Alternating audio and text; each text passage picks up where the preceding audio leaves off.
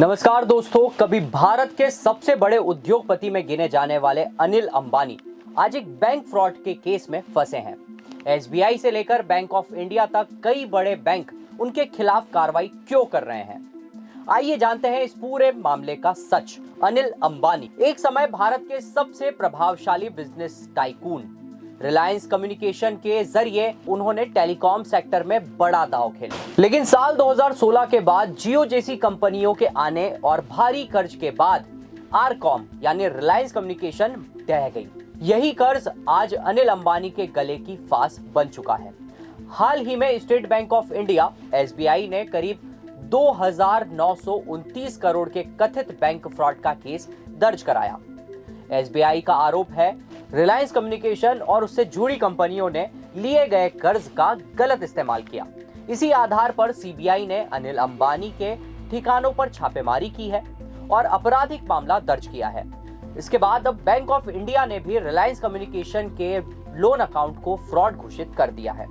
Bank of India का कहना है कि कंपनी ने कर्ज की राशि का उपयोग तय उद्देश्यों के विपरीत किया। फंड डाइवर्जन और फर्जी दस्तावेजों का इस्तेमाल हुआ है।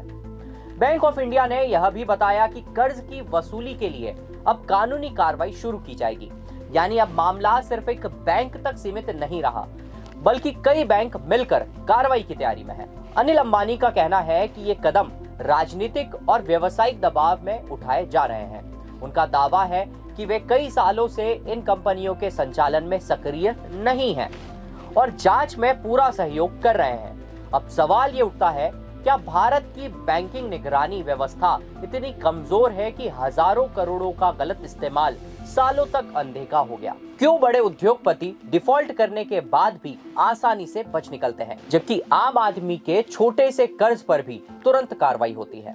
क्या यह case corporate accountability versus banking transparency का सबसे बड़ा उदाहरण है? अनिल अंबानी का मामला सिर्फ एक व्यक्ति की नाकामी नहीं, बल्कि पूरे सिस्टम की कमजोरी को उजागर करता है। अगर भारत को आर्थिक रूप से मजबूत बनना है तो कानून सबके लिए समान रूप से लागू होना चाहिए, चाहे वो अरबपति हो या आम नागरिक। आपके हिसाब से इस मामले में सबसे बड़ी जिम्मेदारी किसकी है? अनिल अंबानी, बैंकों की या सिस्टम की? हमें कमेंट में बताइए और इस वीडियो को शेयर करना न भूलें।